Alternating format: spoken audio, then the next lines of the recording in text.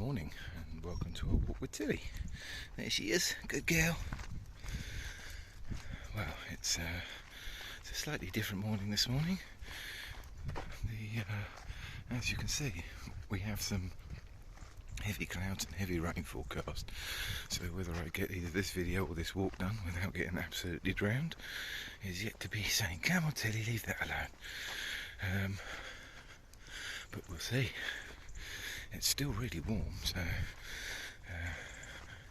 and quite pleasant. Not quite sure that'll be the case if I get absolutely drowned or struck by lightning, but we'll see. We'll get ourselves around a bit quick, bit sharpish, I think.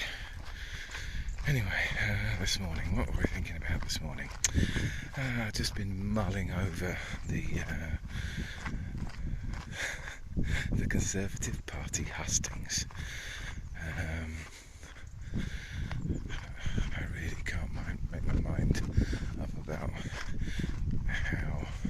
what I actually think about them. They're painful, that I'll put straight up front. They are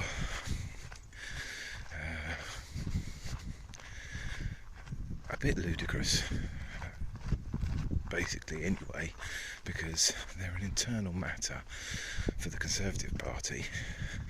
Essentially, I can't believe that 99.999% of the Conservative Party members, the actual electorate of these two, don't have access to a television or to the internet, probably.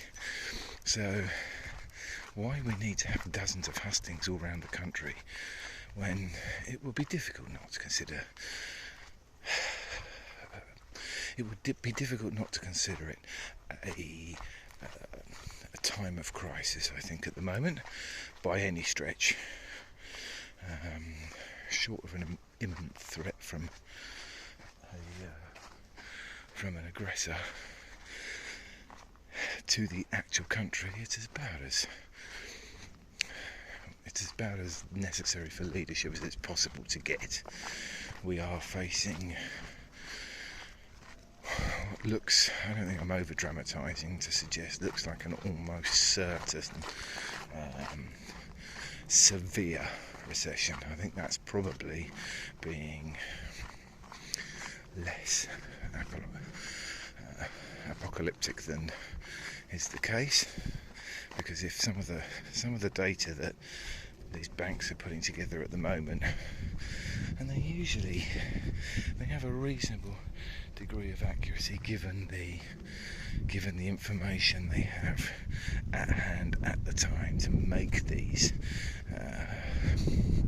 forecasts, it's not getting better.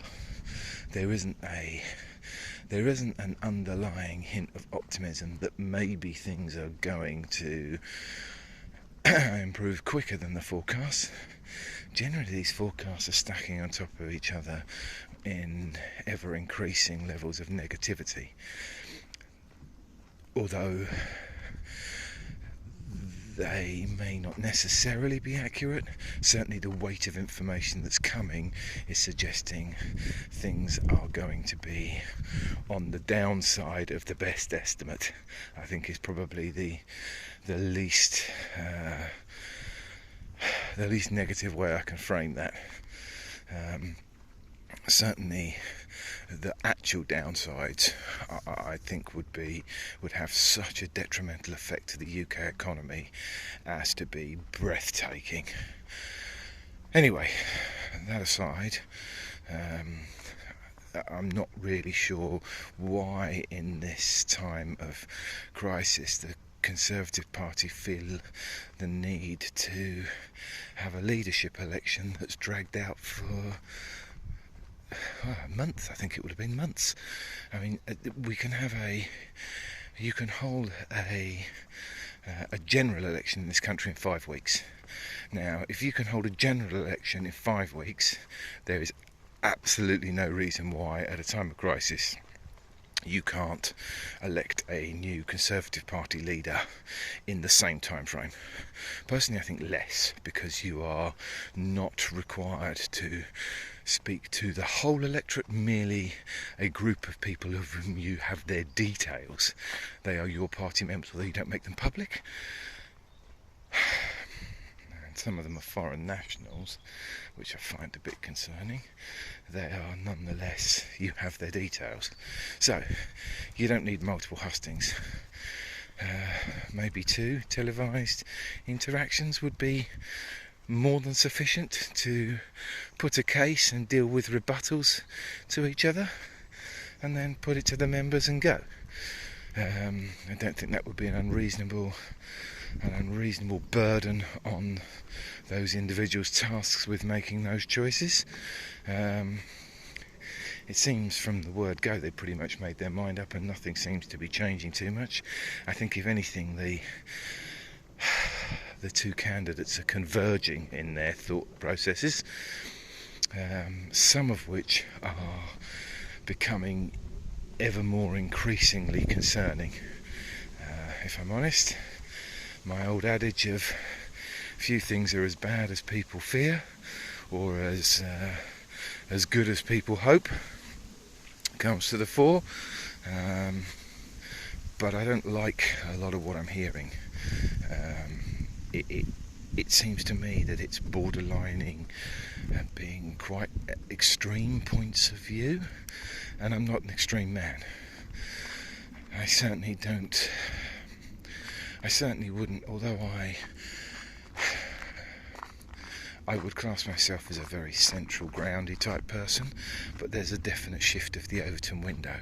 I don't hear people arguing communist cases, therefore I don't feel any need to make arguments against them. I don't really hear anyone making actual socialism arguments, so I don't feel the need to argue against that either. There are people who bandy around the word socialist, but it has a very specific definition, and that definition is that the main component of it is essentially that the means of production are under the control of the people or the electorate, and that isn't the case. So, and there's no one's even proposing it. So it's twaddle. It's just people using a word, and because that word has a definite and definitive explanation of what it is, I've noticed more and more people are starting to use a word leftist to encompass basically anyone who is to the left of where they are on the spectrum, in the same way that I guess a lot of left-leaning individuals in previous decades would just call anyone to the right of them a fascist. However, and here is where my problem lies, I am starting to see the beginnings of what could only be classed as exactly that. Tilly, this way, come on, good girl, this way. The piece of discussion that causes me the most concern, come on, this way, is still in regard to the European Convention of Human Rights. It's become weaponised as a topic in a way that should concern everybody who's human, but appears to be enrolled in a game of one-upmanship with the 2 candidates. So, okay, firstly, the European Convention on Human Rights, which goes to a specific court, was originated by probably the most conservative of conservatives, certainly in the last century, but would vie for the one other candidate, which we'll discuss shortly, as the most conservative of conservatives. and that was Winston Churchill himself. Now, he was the architect of the European Court of Human Rights, and he designed it specifically to ensure that what happened in the Second World War, or prior to the Second World War, couldn't happen again. That no individual nation could be in a position where they could effectively shut down democracy and take away people's ability to be able to rebut the claims that were made against them, and that they had somewhere to go outside of their own governing party to make a case against what may be happening to them. And he felt the only way to do that was to bring together a group of like-minded countries who sit on that board and then pass judgment. Now, that makes a lot of logical sense to me. The actual document was drafted mainly by British lawyers. I mean, that's the crazy part of this. So I mean, obviously to the spoils, to the victor the spoils go, I believe. So obviously, having been victorious after the Second World War, the amount of leverage that the UK in particular had over this process was considerable, and they decided mutually that was a sensible thing to do, because it kept individual governments from being able to lurch so far in one direction or the other that their exertion of control over their citizens was complete, and they had no recourse against that. Now, I think it was probably designed as much as to make sure the rise of Nazism or fascism wasn't possible, as it was to stop the extremities of communism or probably socialism. But either way, not removing your access to a coalition of other countries as an arbiter of whether what is happening to you is just or not, it should be terrifying. For some reason it isn't. It doesn't seem to move it barely moves the goalpost. And the fact that this is a right-leaning government who are trying to get rid of something that was brought in by an idol of the right. They get upset if Winston Churchill's statue gets a bit of paint on. It's a bronze, for God's sake. You can wipe the paint off. But they're happy to remove the legislation on which the whole of the Western world, or certainly the European world, has relied to stop conflict in the last 70 years. This is just ludicrous and terrifying.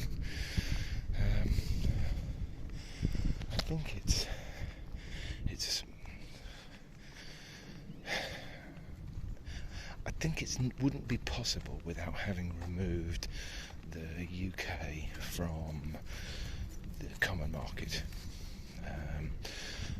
of which the architect was another famous right-wing politician. So this is where I venture into the second part of this problem, and that is the two candidates who are vying for the selection have both cited Margaret Thatcher as their inspiration. Now, Margaret Thatcher was the architect of the single market. That was literally her defining glory, that we should have that it would stop the UK sinking into a quagmire of isolation, that it was important that we both traded and competed with our nearest partners on a level playing field, that they weren't given the ability to undercut or exclude. I mean, it's ludicrous. You put together, whether you agree with the case she put together, the case she put together was a conservative one. She is considered by both of the candidates, or at least publicly that's what they're saying, as the most important influence in their political lives. Yet probably the most fundamental thing she did, they disagree with, and yet they don't mention that. They don't put together an argument of why she was wrong. Never heard them do it, not one. And the bit that concerns me most is if you hadn't removed people's the membership of the UK to the single market and the 4 freedoms, which included the freedom to live, work, love in any one of 27 countries, removing the European Court of Human Rights from, or exiting that, would have had far less teeth, because effectively you can just leave. There's no process you have to go through. There would be no application you had to make. You would literally just say, I don't like the sound of this, I'm going to pack my family up, pop in the car, and we're going to go and live in France, Portugal, Spain, Germany, Holland, and anywhere in Europe, because you had that right. Now that right's been removed, so that's not to say that you can't do that. You can, you certainly can't if you aren't very well qualified or wealthy. Those are the 2 barriers that stop you. If you're neither of those things, you're not going anywhere. You are in a captive market where whoever is in charge then determines the rights to which you have access. The Bill of Rights that they want to produce, fine, but I've got no problem with that. But they certainly shouldn't supersede your access to the rights that were negotiated, effectively determined by the UK themselves and a right-wing UK government, but nonetheless agreed upon by a multiple of states as the reasonable bare minimum that humans should expect to be granted. If it doesn't concern you, I posit that it should. Now you can go online, type in European Convention of Human Rights, and there's an abbreviated version which is no more than a couple of A4 sheets in length. I'll try linking it in the description. Go online, read it, have a look. If there's something you don't agree with or you think is a bad idea and should be removed, post it in the comment section, because I'd be really interested to see what it is. The other final thing is that the 2 candidates are lying about it now as well. Rishi Sunak is saying that the European Convention on Human Rights definition of refugee is too broad. There isn't one. There is no definition of a refugee in the European Convention on Human Rights. They are lying to you again. Just be aware of that, because it's not good.